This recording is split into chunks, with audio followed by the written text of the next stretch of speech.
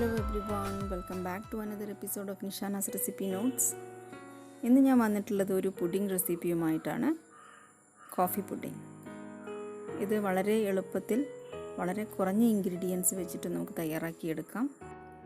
ഈ പുഡിംഗ് നമുക്ക് വീട്ടിൽ ഗസ്റ്റ് വരുന്ന സമയത്ത്, അതുപോലെ തന്നെ കുട്ടികൾ എപ്പോഴെങ്കിലും ഒരു പുഡിംഗ് വേണമെന്നൊക്കെ പറഞ്ഞ് ആവശ്യപ്പെടുന്ന സമയത്ത് ഒക്കെ ഉണ്ടാക്കി സെറ്റാക്കി എടുക്കാൻ പറ്റും.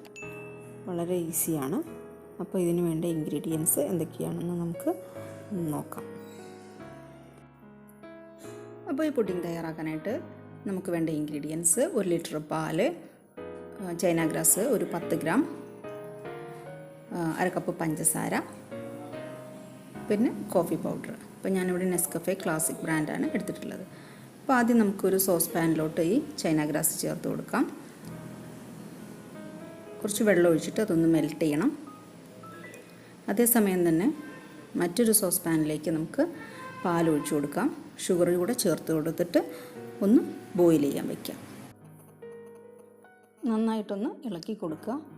ആ പഞ്ചസാരയൊക്കെ അതിലേക്ക് നന്നായിട്ടൊന്ന് അലിഞ്ഞ് മിക്സായി കിട്ടണം. ചൈന ഗ്രാസ് ഓൾമോസ്റ്റ് മെൽട്ടായിട്ടുണ്ട്. അപ്പോൾ നമുക്ക് ഫ്ലെയിം ഒന്ന് കുറച്ച് കൊടുക്കാം. പാല് അടിയിൽ പറ്റാൻ ചാൻസ് ഉള്ളതുകൊണ്ട് ഇടയ്ക്കൊന്ന് ഇളക്കി കൊടുക്കുക. ഇപ്പോൾ പാല് തിളച്ച് വന്നിട്ടുണ്ട്. ഇനി ഇതിലേക്ക് നമുക്ക് കോഫി പൗഡർ ചേർത്ത് കൊടുക്കണം. ഞാനിപ്പോൾ ഒരു 1/2 ടേബിൾ സ്പൂൺ കോഫി പൗഡറാണ് ചേർത്ത് കൊടുത്തിട്ടുള്ളത്. ഇപ്പോൾ കോഫിയുടെ ടേസ്റ്റ് ഇഷ്ടമുള്ള ആളുകളാണെന്നുണ്ടെങ്കിൽ കുറച്ചും കൂടെയൊക്കെ ചേർത്ത് കൊടുക്കാം. ഇനി നമുക്ക് നമ്മുടെ ചൈന ഗ്രാസ് എത്രത്തോളം മെൽട്ടായിട്ടുണ്ടെന്ന് നോക്കാം. ഓൾമോസ്റ്റ് മെൽട്ടായിട്ടുണ്ട്. അപ്പോൾ നമുക്ക് ചൈന ഗ്രാസ് ഇതിലേക്ക് ചേർത്ത് കൊടുക്കാം. ചൈന ഗ്രാസ് ചേർത്ത് കൊടുക്കുമ്പോൾ നന്നായിട്ട് ഇളക്കി കൊടുക്കുക, അല്ലെങ്കിൽ അതിൽ ലംസ് വരാനുള്ള സാധ്യതയുണ്ട്. അപ്പോൾ നന്നായിട്ട് ഇളക്കി കൊടുക്കുക. പാലും ചൈന ഗ്രാസും നല്ല ചൂടോടുകൂടി തന്നെയാണ് മിക്സ് ചെയ്ത് കൊടുക്കേണ്ടത് കേട്ടോ. എങ്കിലാണ് നമുക്ക് ആ ഒരു റൈറ്റ് കൺസിസ്റ്റൻസിയിൽ അത് എല്ലായിടത്തേക്കും ഈവനായിട്ട് മിക്സായിട്ട് കിട്ടുള്ളൂ. ഓക്കെ, ഇനി നമുക്ക് ഫ്ലെയിം ഓഫ് ചെയ്ത് കൊടുക്കാം.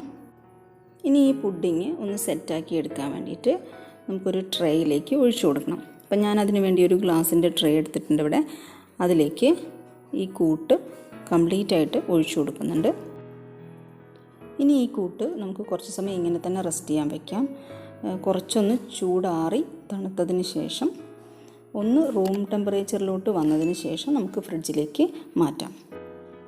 അപ്പോൾ ഈ റെസിപ്പി നിങ്ങൾക്ക് ഇഷ്ടമായിട്ടുണ്ടെങ്കിൽ തീർച്ചയായിട്ടും ആ ലൈക്ക് ബട്ടണിലൊന്ന് ഹിറ്റ് ചെയ്യാൻ മടിക്കരുത്. കൂടാതെ നിങ്ങളുടെ ഫ്രണ്ട്സിനൊക്കെ ഒന്ന് ഷെയർ ചെയ്തും കൊടുക്കുക. ഓക്കെ, അപ്പോൾ ഇത് ഇപ്പോൾ റൂം ടെമ്പറേച്ചറിലോട്ട് വന്നിട്ടുണ്ട്. അപ്പോൾ ഇപ്പോൾ തന്നെ ഇത് ഓൾമോസ്റ്റ് സെറ്റായിട്ടുണ്ട്. നമ്മൾ ഫ്രിഡ്ജിലേക്കൊന്നും വെച്ചിട്ടില്ല. ഇനി ഞാനിപ്പോൾ സ്പ്രിങ്കിൾ ചെയ്ത് കൊടുക്കുന്നത് ബൂസ്റ്റ് പൗഡറാണ്. അപ്പോൾ ഇതിങ്ങനെ ഒന്ന് സ്പ്രിങ്കിൾ ചെയ്ത് കൊടുത്തു കഴിഞ്ഞാൽ ഇത് കാണാനൊരു ഭംഗിയാണ്. ഇനി നമുക്ക് ഒരു 2 മണിക്കൂർ ഫ്രിഡ്ജിൽ വയ്ക്കാം.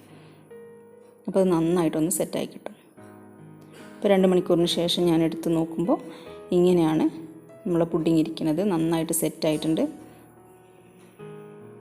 അതിൻ്റെ സൈഡൊക്കെ ഒന്ന് അടർത്തി മാറ്റിയതിന് ശേഷം നമുക്ക് ഒന്ന് കട്ട് ചെയ്തിട്ട് എടുക്കാം. നമ്മൾ ചേർത്ത് കൊടുത്ത ബൂസ്റ്റ് പൗഡർ ഇതിൻ്റെ മുകളിൽ ഒരു ഡിസൈന് പോലെയൊക്കെ ആയിട്ട് വന്നിട്ടുണ്ട്. ശരിക്കും ചോക്ലേറ്റിൻ്റെ ഒരു ലെയർ പോലെയൊക്കെ കിടക്കുന്നുണ്ട്. എന്തായാലും കാണാനൊരു ഭംഗിയൊക്കെ ഉണ്ട്. തീർച്ചയായിട്ടും കഴിക്കാനും നല്ല ടേസ്റ്റാണ്. നിങ്ങളെല്ലാവരും ഈ ഒരു റെസിപ്പി ട്രൈ ചെയ്ത് നോക്കണം. എന്നിട്ട് നിങ്ങളുടെ അഭിപ്രായങ്ങളും നിർദ്ദേശങ്ങളും ഒക്കെ മറക്കാതെ കമൻറ്റ് ബോക്സിൽ ആഡ് ചെയ്യുക. നിങ്ങൾക്ക് ഏതെങ്കിലും തരത്തിലുള്ള സജഷൻസ് ഉണ്ടെങ്കിൽ നിഷാനാസ് റെസിപ്പി നോട്ട്സ് @gmail.com എന്ന് പറയുന്ന ഇമെയിൽ ഐഡിയിലേക്കും മെയിൽ ചെയ്യാവുന്നതാണ്. അപ്പോൾ നമ്മുടെ പുഡിങ് ഓൾമോസ്റ്റ് ഇവിടെ റെഡി ആയിട്ടുണ്ട്. ഞാനത് ഒരു സെർവിങ് പ്ലേറ്റിലേക്ക് മാറ്റിയിട്ടുണ്ട്. നല്ല ടേസ്റ്റി ആയിട്ടുള്ളൊരു പുഡിങ്ങാണിത്. അപ്പോൾ എല്ലാവരും ഒന്ന് ട്രൈ ചെയ്ത് നോക്കുക. എന്നിട്ട് നിങ്ങളുടെ അഭിപ്രായങ്ങൾ മറക്കാതെ കമൻറ്റ് ബോക്സിൽ ആഡ് ചെയ്യണം കേട്ടോ. അപ്പോൾ നിഷാനാസ് റെസിപ്പി നോട്ട്സ് എന്ന് പറയുന്ന ഈ ചാനൽ നിങ്ങൾ ആദ്യമായിട്ടാണ് കാണുന്നതെങ്കിൽ ഒന്ന് സബ്സ്ക്രൈബ് ചെയ്തേക്കണം. അതിനപ്പുറത്ത് കാണുന്ന ആ കുഞ്ഞു ബെല്ലൈക്കൺ കൂടെ ഇനേബിൾ ചെയ്താൽ ഞാനിടുന്ന എല്ലാ വീഡിയോസിൻ്റെയും നോട്ടിഫിക്കേഷൻസും നിങ്ങൾക്ക് കിട്ടുന്നതാണ്. അപ്പോൾ വീഡിയോ ലൈക്ക് ചെയ്യുക, മാക്സിമം ഷെയർ ചെയ്യുക. See you next time with another recipe. Till then, bye bye.